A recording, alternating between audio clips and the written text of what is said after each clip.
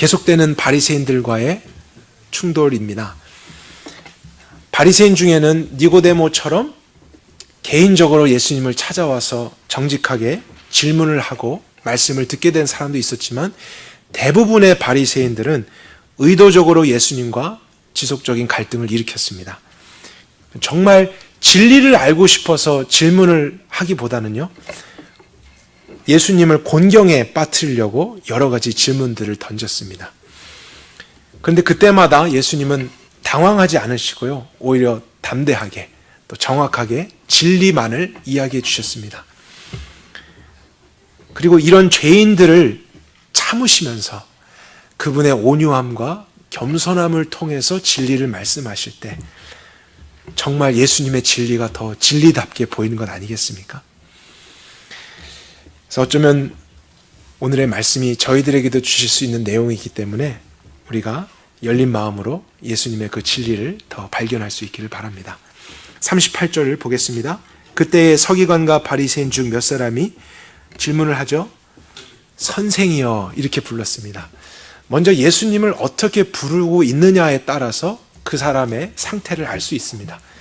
그들은 유대인의 지도자들이었지만 여전히 예수님을 메시아로 인정하지 않고 있었죠.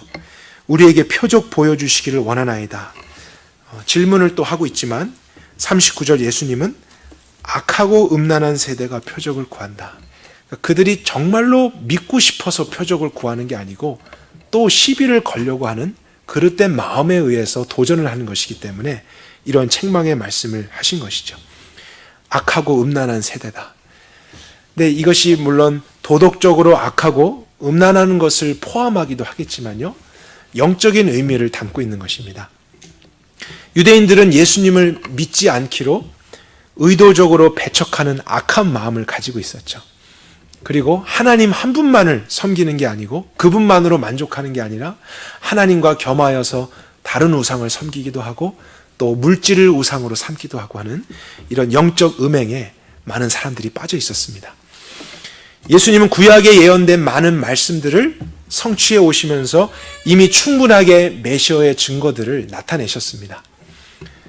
그런데도 사람들은 예수님이 사단의 힘을 빌려서 그런 일을 한다라고 비난을 하고 있었고, 진짜 메시아라면 더 놀랍고 큰 기적을 우리에게 나타내 보아라, 이런 이야기를 했던 것이죠. 하지만 그런 기적을 나타내도 그들은 믿지 않을 것이었습니다. 예수님에 대한 불신에서 나온 말이고 더 예수님을 어렵게 하기 위해서 했던 말이었다는 것을 예수님이 먼저 또 알고 계셨죠. 그런데 이제 이런 사람들을 향해서 너희들에게 보여줄 표적은 더 이상 없다, 이렇게 말씀하셨을 수도 있는데요, 예수님이 오늘 어떻게 말씀하셨는지 볼까요? 악하고 음란한 세대가 표적을 구하나 선지자 요나의 표적 외에는 보일 표적이 없다, 그렇게 말씀하셨어요. 근데 사실 표적을 나타내는 선지자라고 한다면 많은 사람들은 금방 누구를 떠올릴까요? 엘리야나 모세, 이런 사람들을 떠올립니다. 그래서 10가지 재앙, 바다를 가르고 또 만나와 메추라기를 내리고 반석에서 물이 나오게 하고 하늘에서 불을 내리는 이러한 놀라운 일들을 하는 선지자, 그들이 표적을 나타낸다, 이런 기억을 하고 있는데 예수님은 너희들에게 줄 표적은 아무것도 없는데 이젠 선지자 요나의 표적밖에 없다, 이렇게 말씀하셨을 때 그들 가운데 또다시 질문이 생겼을 거예요. 어쩌면 우리들도 질문을 해볼 수 있겠죠. 그 의미가 무엇일까? 선지자 요나가 여러분 특별한 기적을 행한 적이 있었습니까? 우리가 아는 요나는 어떤 특징이 있었죠? 물고기 뱃속에 들어갔다가 나온 것, 그리고 회개의 메시지를 전한 것, 크게는 이 정도인 것 같습니다. 그는 굉장히 평범한 사람이었습니다.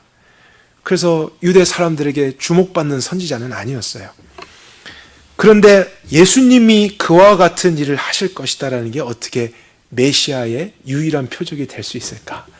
이런 것에 대해서 유대인들도 이해가 필요하지만 저희들에게도 이해가 필요한 것이죠. 그래서 요나의 표적에 대해서 우리가 구체적인 내용을 다루기 앞서서 먼저는 일반적인 내용을 함께 나누고자 합니다. 지금 오늘 이 자리에서도 예수님이 구약에 있는 요나의 말씀과 예수님 자신을 연결시키고 계시잖아요. 그리고 앞선 사건에서는 다윗과 예수님을 연결시키셨습니다. 스스로를 성전보다 큰 이다 하고 성전과도 관련 지으셨고 제사와도 연결시키셨고 안식일의 주인이다 하는 그런 많은 구약의 내용들을 예수님 스스로와 연결시키셨습니다. 그러니까 성경을 누구보다 잘 알고 있었던 유대 사람들을 향해서 너희들이 그 모든 것을 알고 가르치기까지 하는데 왜 나는 못 알아보고 있느냐? 왜 내가 하는 말은 못 알아듣고 있느냐? 이렇게 반문을 하고 계신 것이죠. 네, 오늘날 우리에게도 예수님의 이런 말씀이 성경을 어떻게 보아야 하는지에 대한 관점을 가르친다고 생각합니다.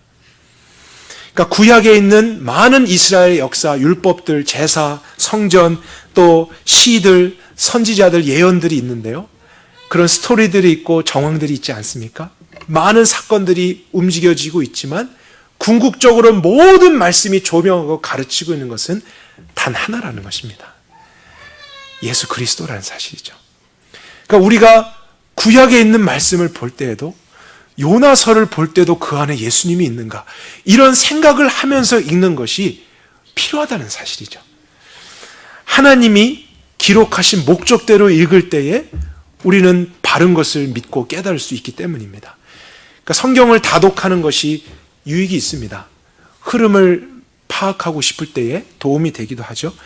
그러나 더 중요한 것은 한 번만 읽더라도요, 그 말씀 안에서 하나님이 목적하신 것을 발견하고 핵심을 찾아내는 것, 그리고 그것을 이해하는 것이 우리의 말씀 생활에 가장 중요할 것입니다. 1년에 몇 번씩 성경을 읽어도요, 예수님을 발견하는 것을 하지 못하고 그 핵심을 놓친다면 아무 소용이 없을 수도 있기 때문이죠. 그래서 마치 시험 문제가 많이 있는데 그 문제들을 잘 보면서 분석도 하고 문제를 이해했습니다. 그런데 정작 답을 알아야 푸는데 답을 알지 못하면 문제는 이해했지만 그대로 맞추지 못하는 것이죠. 마찬가지로 우리가 표면적으로 나타난 정보와 성경에 대한 스토리와 이야기들을 아는 것만으로는 사실 부족하고요. 그것은 우리의 성경의 지식을 증가시킬 수 있지만 우리의 믿음이 자라게 하지는 못할 수 있습니다. 그런데 성경의 경고에 따르면 지식은 우리를 또 어떻게 한다 그랬습니까? 교만하게 한다 그랬잖아요. 그러니까 세상적인 지식만 우리를 교만하게 하는 게 아니더라고요. 성경에 대한 지식도 나를 굉장히 교만하게 해서 사람들 앞에서 자랑하고 있고 또 그런 지식을 모르고 말하지 못하는 사람들 은연중에 업신여기는 일이 있는 것을 제 자신도 경험하면서 놀랐습니다. 그러나 정말 그 말씀 안에서 예수님을 만나고 복음을 읽어내고 경험해가는 그런 사람은 지식만이 아니라요, 믿음이 자라나게 됩니다. 왜 그럴까요? 왜냐하면 믿음은 들음에서 나며 그 들음이 그리스도에 대한 말씀으로 말미암느니라, 이렇게 말씀하셨기 때문이죠. 믿음이라는 것이 갑자기 어디에서 떨어지는 게 아닙니다. 그럼 내가 믿음이 좀 부족하다 해서 기도원 가서 믿음을 주옵소서 아무리 기도한다고 해서요, 갑자기 하루아침에 믿음이 생기는 거 아닙니다. 그 믿음의 근원이 되는 예수님을 얼마나 깊이 만났는가, 그것을 통해서 믿음이 우리 안에 들어오는 거죠. 우리 안에서 믿음이 스스로 자랄 수 없습니다. 그래서 말씀을 볼 때에 예수님에 관련된 것, 또 예수님의 계시, 예수님이 하실 일, 이것을 모든 스토리들 안에서 찾아내려고 눈에 정말 불을 켜면서 의도를 가지고 읽어보는 거예요. 그리고 잘 모를 때 알려주십시오. 예수님이 여기에서 무엇이겠습니까? 그 복음을 나에게 더 설명해 주십시오. 그럴 때 우리는 지식적인 성경 읽기를 벗어나서 복음을 경험하기 위한 목적이 있는 성경 읽기를 하게 될 것입니다. 제가 이 내용을 여러분께 강조하는 것은요, 우리가 연말이 되고 연시가 되면은 아무래도 성경을 다시 한번 읽어봐야겠다, 이런 결단들을 하지 않습니까? 개인적으로, 가정적으로, 또 교회적으로 계획도 세울 수 있겠죠. 그러나 그럴 때 여러분들이 이제는 내가 한 번을 읽더라도 그 목적을 가지고 다시 한번 차근히 살펴보리라. 예수님을 더 알아가고자, 믿고자 내가 구약에서부터 모든 말씀을 그렇게 보리라. 이러한 결단과 함께 여러분이 바른 말씀에 대한 생각들, 태도들을 가지셨으면 좋겠습니다. 우리 안에 그런 믿음의 역사를 하나님 말씀을 통해서 이루어 줄 것입니다. 예수님께서 말씀하신 요나의 표적이 무엇인지 이제 구체적으로 생각해 보도록 하죠. 오늘 본문 말씀과 상응되는 구절이 누가복음 11장에도 있는데요. 거기는 이런 말이 있습니다. 이 세대는 악한 세대라. 표적을 구하되 요나의 표적밖에는 보일 표적이 없나니 요나가 니느웨 사람들에게 표적이 됨과 같이 인자도 이 세대에 그러하리라.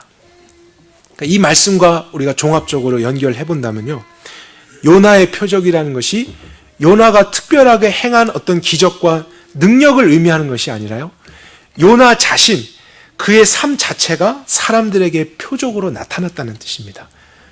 그러니까 우리가 보아도 요나는 그런 능력을 행한 적이 없습니다. 그리고 우리는 요나의 표적하면 물고기 뱃속에서 다시 살아난 이것을 신비한 표적으로 생각하고 연결질 때가 있는데요. 오늘 본문 41절을 한번 볼까요? 심판 때에 니느웨 사람들이 일어나 이 세대 사람을 정죄하리니 이는 그들이 요나의 전도를 듣고 회개하였거니와 보라 요나보다 더 큰 이가 여기 있다. 그러니까 니느웨 사람들은 요나가 물고기에서부터 나온 그 신비한 현상을 보고 믿은 게 아니었습니다. 그들은 요나가 그런 일을 경험했는지도 알지 못했어요. 그냥 갑자기 요나라는 사람이 나타나서 메시지를 전했는데 그런 일들이 일어났다는 것. 그러니까 요나의 표적이라는 것은 어떤 특별한 현상이나 무엇을 이야기하는 게 아니라 요나 자신, 그의 인생과 삶 자체가 담고 있는 어떠한 메시지라는 것을 우리가 생각해야 합니다. 그리고 예수님이 그와 같을 것이다 하셨기 때문에 예수님이 말씀하신 그 표적도 그런 의미로 이해할 필요가 있겠죠. 그러면 이제 우리에게 필요한 것이 무엇이냐면 요나의 인생과 삶을 먼저 이해해 볼 필요가 있습니다. 그래야 예수님의 표적을 이해할 수 있겠죠. 다 같이 구약에 있는 요나서 말씀을 몇 군데 직접 찾아보도록 하겠습니다. 먼저 요나서 4장 1절을 함께 보겠습니다. 제가 가진 전수성경 2140페이지에 있습니다.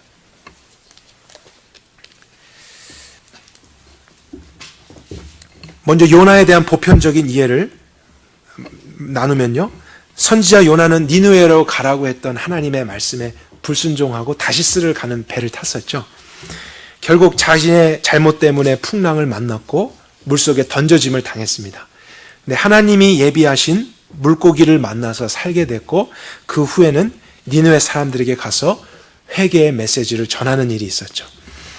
근데 우리가 4장 1절과 2절을 보게 되면은 요나가 왜 니느웨로 가라고 했던 하나님의 말씀에 불순종했는가, 그 이유를 알 수 있게 됩니다. 굉장히 중요한 정보를 담고 있습니다. 우리 4장 1절 2절을 같이 한번 읽어보도록 하겠습니다. 그러나 요나는 심히 싫어하고 노하여 여호와께 기도하되 오 여호와여, 내가 고국에 있을 때에 이러하겠다고 말하지 아니하였나이까. 그러므로 내가 빨리 다시스로 도망하였사오니 주는 은혜로우시며 자비로우시며 노하기를 더디하시며 인애가 크시사 뜻을 돌이켜 재앙을 내리지 아니하시는 하나님이신 줄을 내가 알았음이니이다. 그러니까 요나는 니느웨로 가라는 하나님의 말씀이 싫어서 안 간 게 아니었습니다. 아니면 니느웨 사람들이 무서워서 도망간 것도 아니었습니다. 오히려 굉장히 우리가 불순종하는 것과 다른 이유를 가지고 그렇게 하지 않았던 거였어요. 하나님의 공의에 대한 갈망 때문에 그랬습니다. 그 당시 니느웨는 아수르에 속한 주요 도시 중 하나인데요, 그 민족은 역사상 가장 잔인하고 악했고 하나님을 대적했던 사람들이었어요. 그런데 너무나 강력했기 때문에 누구도 그들을 제재할 수 없었습니다. 하지만 하나님을 잘 알고 있었던 요나, 그분의 전능하심을 알고 죄에 대해서는 반드시 심판하시는 거룩하고 공의로운 분이심을 요나는 믿었기 때문에 항상 그것을 갈망했어요. 하나님, 이렇게 활기를 치며 자신들의 마음대로 악독함을 부리는 이 니느웨 사람들, 또 이 아수르 사람들을 하나님께서 반드시 멸하여 주십시오. 하나님이 심판해 주십시오. 그래서 온 세상이 하나님이 어떤 분인지를 알게 해 주십시오. 그 심판을 통해 하나님의 영광을 드러내 주십시오.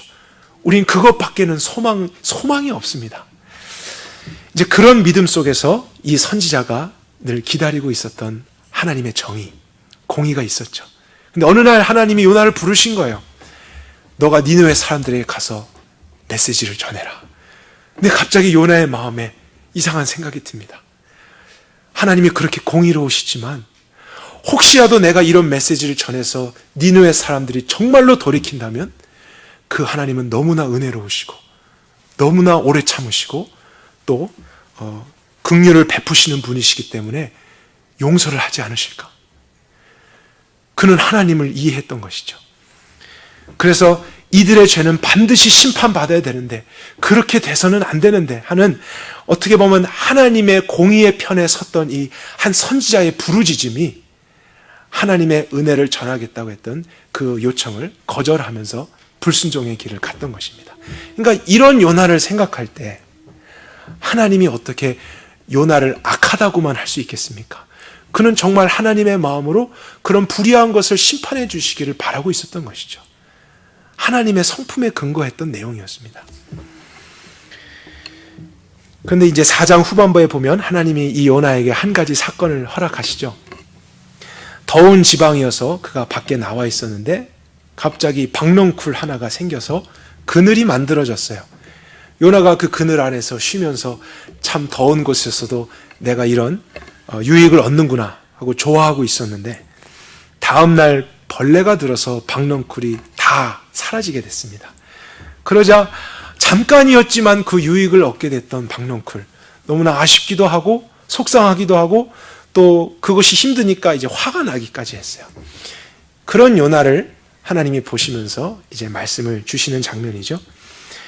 너가 심지도 않았고 가꾸지도 않은 그 박넝쿨이 피었다가 지는 것 때문에도 너는 속상해하고 그렇게 화를 낸다면 니느웨에 있는 이 사람들, 내가 창조한 인간들, 그러나 그들의 죄 때문에 이제 죽음과 생명의 갈림길에 서 있는 그들을 내가 돌아보고 다시 한번 회개의 기회를 주는 것이 왜 합당하지 않겠느냐.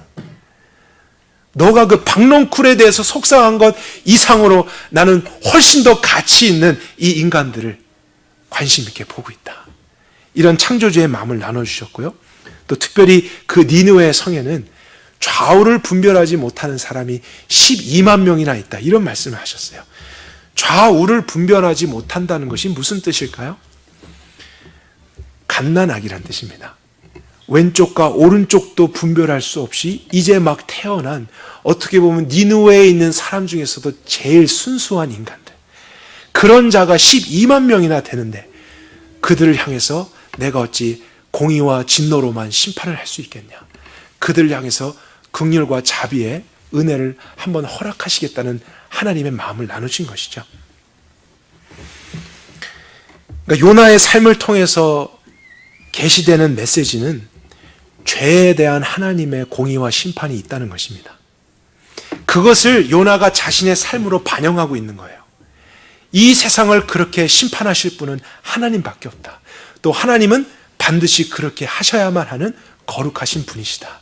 이것을 요나가 자신의 삶을 통해서 반영하고 있다면 동시에 하나님이 등장하셨죠. 그리고 두 사람이 대화를 나누면서 그럼에도 불구하고 하나님의 은혜가 나타나서 그 가운데서 회개하는 자에게 구원을 베풀어 주신다. 이러한 영적인 사실이 지금 요나의 인생 가운데 담겨 있는 것입니다. 그래서 요나라고 하는 한 사람은요, 하나님의 공의와 하나님의 은혜가 만나는 그 지점 가운데 서 있는 사람이에요. 그것 때문에 괴로워하고 있는 인생. 의를 지키고 싶은데 하나님은 은혜를 베풀어야 된다. 이런 하나님 안에서 일어나는 딜레마가 요나의 삶 속에 지금 표출되고 있는 것입니다. 우리가 이런 이해를 가지고 이제 가장 중요할 수 있는 또 오늘 본문과 직접적인 연관이 있는 요나서 2장을 한번 살펴보도록 하겠습니다.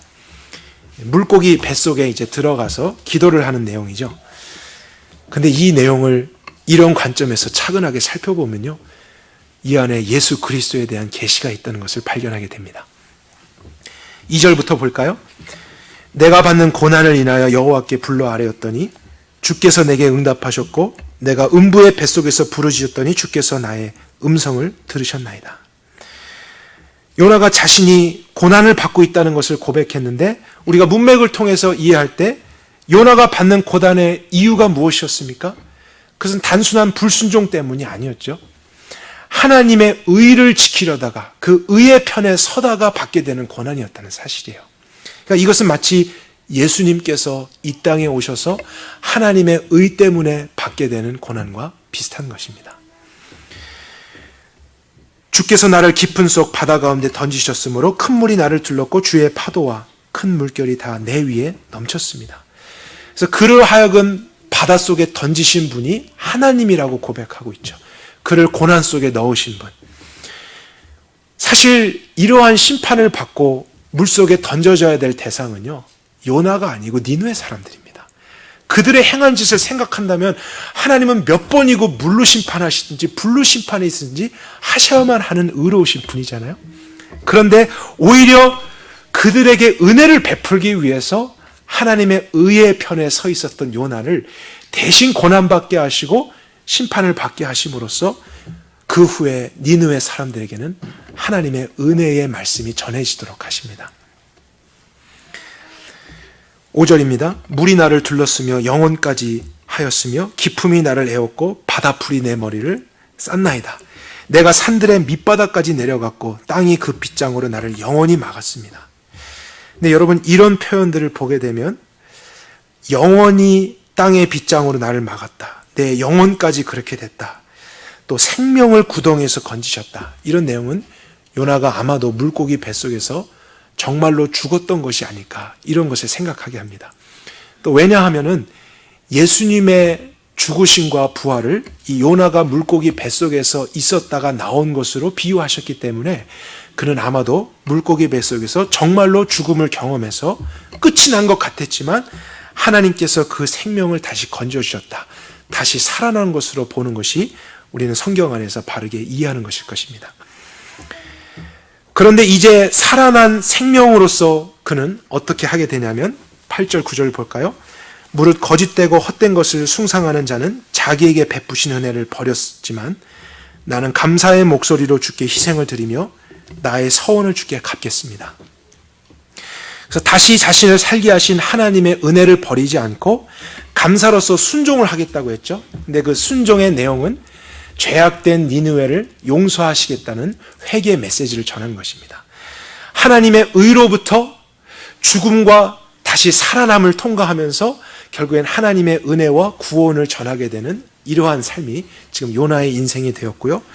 그것을 통해서 9절 마지막 구원은 여호와께로서 말미암느니라, 이렇게 마무리가 되고 있죠.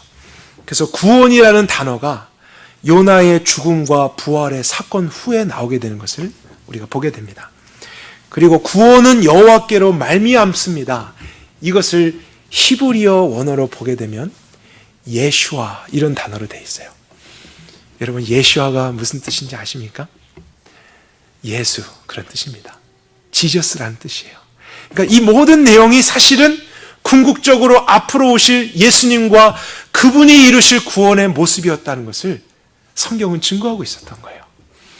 단순한 죽음이 아니었습니다. 단순한 사건이 아니었어요.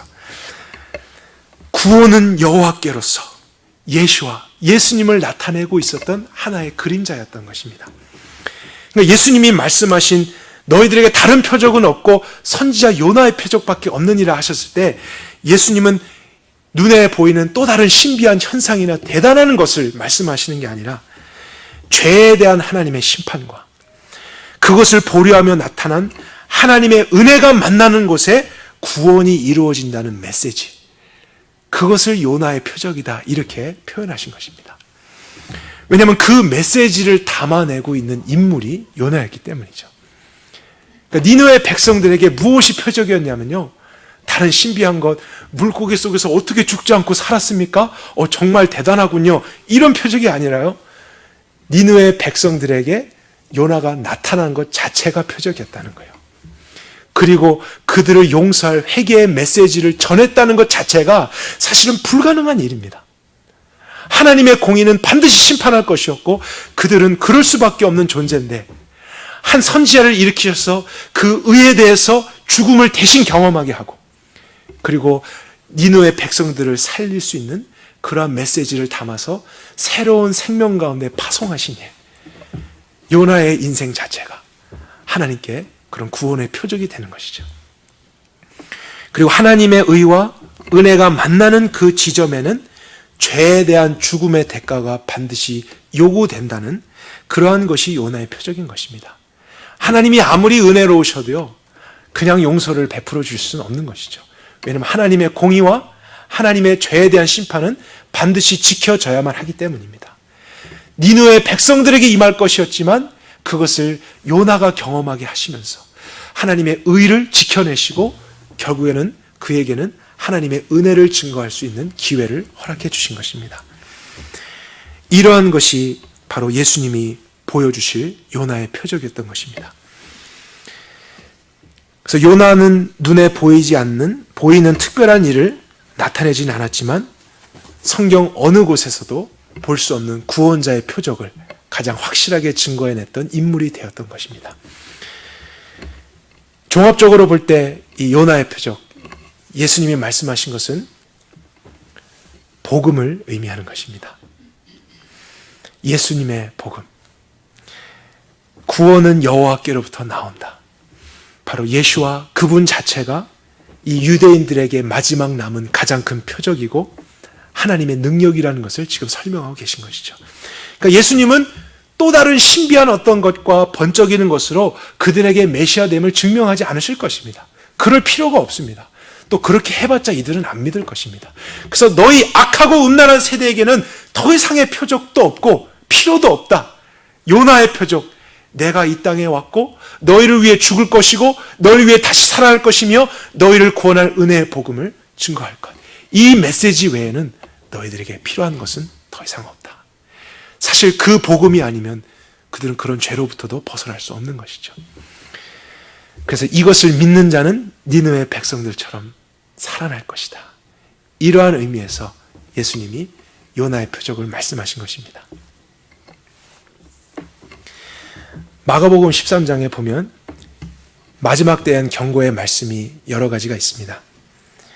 22절은 이와 같은 내용을 담고 있습니다. 거짓 그리스도들과 거짓 선지자들이 일어나서 표적들과 놀라운 일들을 행하여 할 수만 있으면 선택받은 자들을 속이려고 할 것이다. 그러니까 마지막 때에 일어날 징조 중에 하나가 표적에 대한 싸움이 있을 거라는 거예요. 많은 사람들이 보이지 않는 영적인 세계에 대한 확신도 없고 믿음을 갖기 위해서 자꾸 보여지는 어떤 표적을 추구할 거라는 것입니다. 우리 인간은 늘 보여지는 것이 더 확실하다는 생각을 하기 때문이죠. 2000년 전 유대인들도 그랬지만 오늘날에도 그러한 사람들이 많을 것을 예수님은 경고하셨어요. 그런데 사단이 그런 인간의 본성을 모를 리가 없죠. 그래서 그들을 속이기 위해서 어떠한 일까지 하냐면 거짓된 표적을 나타낸다는 거예요. 신비한 일들을 만들어낸다는 것입니다. 병도 고칠 수 있고 뭔가를 들리게 할 수도 있고 경험하게도 할 수가 있습니다. 사단도 그런 능력이 있습니다. 여러분 정말 기억하십시오. 그런 신비한 일이 일어난다고 해서 다 하나님께로만 온 것은 아닐 수 있습니다. 악한 영도 그런 일을 이룰 수 있다는 거예요. 그런데 그런 표적만을 쫓아서 찾아가는 사람은 마지막 때에 거짓된 표적 때문에 거짓된 믿음과 잘못된 길로 갈 수 있다는 것을 경고하시죠. 그래서 오늘 예수님이 하신 말씀이 진리라고 믿는다면 우리는 이 안에 굉장히 중요한 메시지가 저희들을 향해서도 있다는 것을 알게 돼요. 오늘날 우리도 그 표적에 대한 싸움들, 표적이 여기저기서 나타났다, 여기 와봐라, 이런 일이 있다 하는 이 시대 속에 살아가면서 무엇을 붙들겠는가? 무엇을 정말 믿고 의지하겠는가? 이렇게 생각할 때 우리에게도 다른 표적은 없다는 거예요. 더 이상 더 신비하고 더 놀랍고 더 우리를 뜨겁게 하고 대단한 무엇이 나타나야만 우리의 믿음이 좋아지고 마지막 시대를 살아갈 수 있는 게 아니라요. 예수 그리스도면 충분하다는 것입니다. 그분이 전한 그 복음의 메시지, 그것을 우리가 정말로 깊이 이해하고 그것을 경험하게 되면 또 다른 신비한 것이 필요 없다는 거예요. 사실 그것이 가장 완전한 표적이고 가장 확실한 표적이고 흔들리지 않는 우리의 믿음의 근거가 될 수 있다는 사실이죠. 사단은 겉으로 드러나는 많은 것을 흉내낼 수 있죠. 영적인 것을 나타낼 수 있지만 여러분 생각해 보세요. 사단이 하나님의 공의와 하나님의 은혜의 교점 가운데 서는 것을 흉내낼 수 있겠습니까? 그리고 그것이 만나는 지점에서 죄인들을 위해서 대신 대속의 죽음을 이루는 것을 사단이 흉내낼 수 있겠습니까? 또 그것을 통해서 죄인들이 회개하면 하나님의 완전한 용서가 있다. 죄에 대한 용서를 사단이 흉내낼 수 있습니까? 그 복음은 흉내낼 수 없는 것입니다. 그 진리만큼은 사단이 건들 수 없는 거예요. 그러나 사람들은 오늘날 교회의 현실은 무엇이냐면 이 복음만을 믿는 것은 초보적이고 유치한 것이다. 이렇게 생각하는 것 자체가 문제라고요. 복음은 다 알았고 완료해버렸고요. 복음 플러스 또 다른 영성, 또 다른 어떤 신비한 것을 체험하고 우리가 훈련되어지고 하는 이런 것이 있을 때에 믿음이 있고 대단한 것처럼 또 영성이 있는 것처럼 생각하는 것이 오늘날 우리의 현실입니다.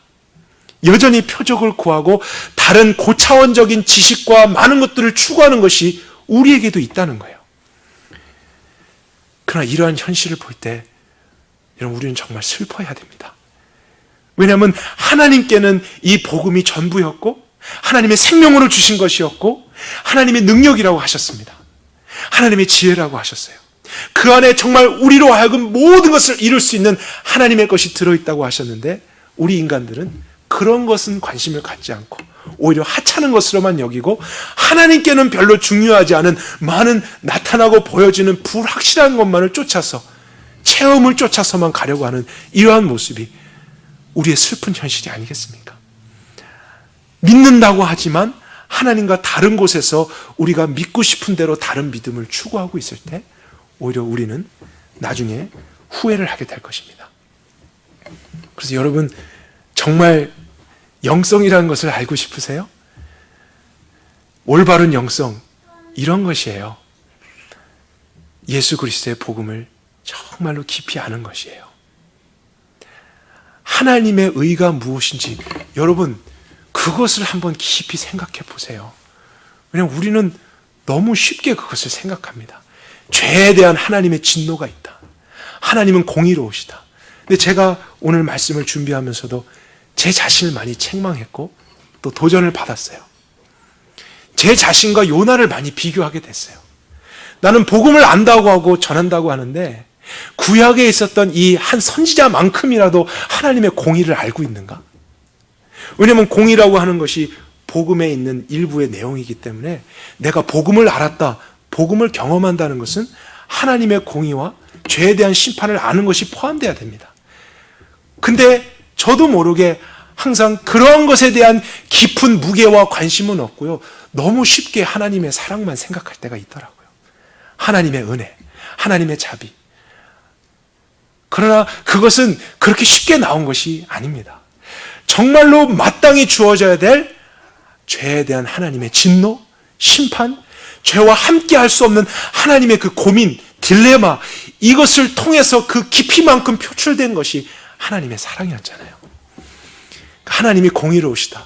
내가 정말 이것만 1년 동안 묵상해도 사실 부족하지 않을까?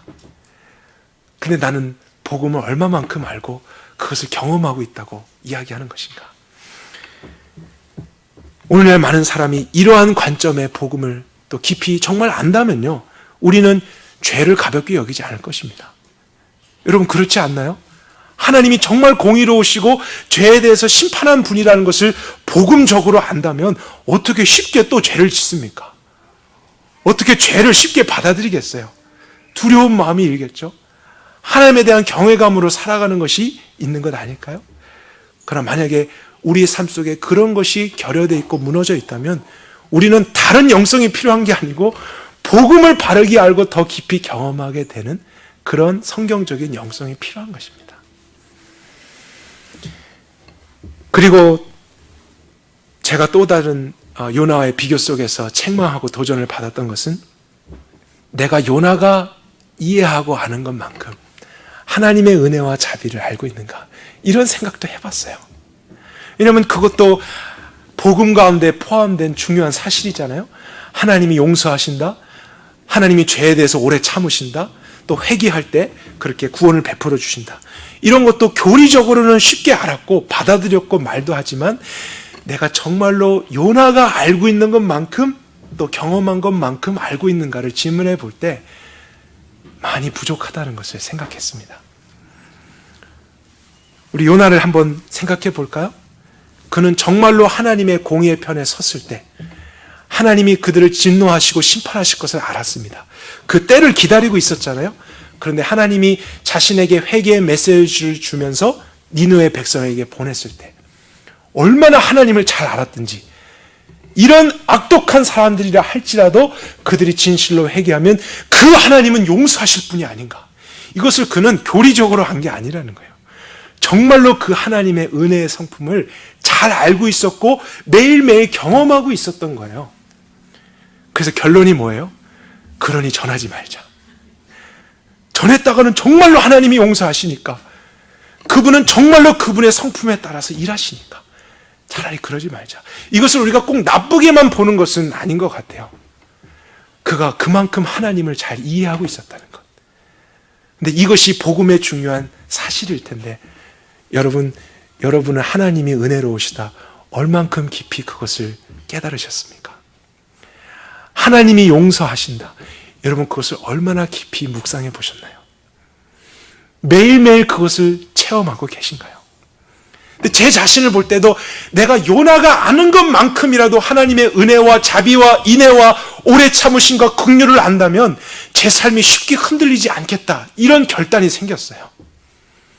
그리고 그 하나님의 은혜 속에서 강건해질 수 있겠다. 내가 정말 그 은혜의 깊이를 요나만큼이라도 알았더라면 내가 저 사람을 더 온전하게 용서할 수 있지 않을까, 그런 생각도 해봤어요. 이것이 복음을 살아내는 그리스도인의 가장 기본되는 것입니다. 이것이 우리가 추구해야 될 영성이고요, 예수님이 주신 유일한 표적이라고요. 예수님과 그분의 복음, 그분의 생명을 통해서 전해주신 이 메시지 외에는 우리가 믿고 맡기고 추구해야 될 그런 대상이 없는 것이죠. 근데 오늘날 많은 사람들이 신비한 것들은 체험하고 있고 또 많은 지식들을 추구하며 학위도 받고 가르치고 많은 사역들을 이뤄가지만 죄에 대해서 넘어지고 있잖아요. 작은 것에서부터 지금 하나님께 순종하지 않고 있잖아요. 그리고 용서가 메마르고 있고요, 서로에 대한 이해와 연합이 무너지고 있잖아요. 그럼 사실 우리는 다른 것이 더 필요한 게 아닙니다. 그것을 회복하기 위해서 또 다른 부흥회를 해봤자 우린 또 실패합니다. 이제 우리가 정말로 초지일관 관심을 가져야 될 것은 예수 그리스도입니다. 그분의 복음입니다.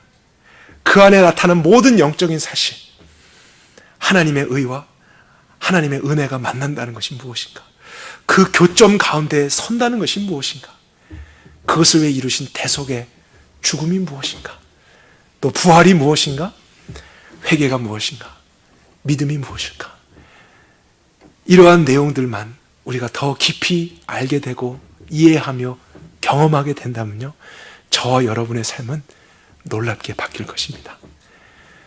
정말로 확신 가운데 거할 거예요.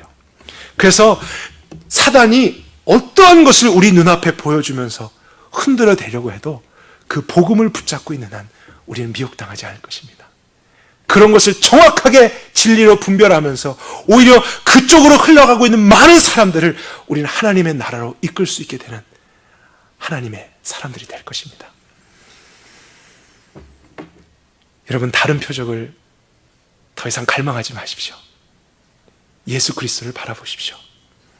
그분을 더 이해해 가십시오. 그리고 여러분이 말씀을 보실 때에 그분을 더 발견하시는 그런 일들이 있기를 원합니다.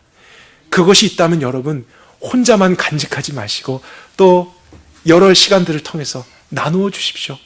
우리도 함께 서로 예수님을 알아가자고 격려해 주십시오. 그리고 우리가 그 복음으로만 충분하게 되어서요, 이 시대에 헛된 표적과 기사와 다른 인간의 지식과 자랑을 하고 있는 그 세상을 향해서 우리가 하나님의 능력이요 하나님의 지혜인 예수 그리스도와 그분의 복음을 더 확실하게 증거할 수 있기를 원합니다. 함께 기도하겠습니다.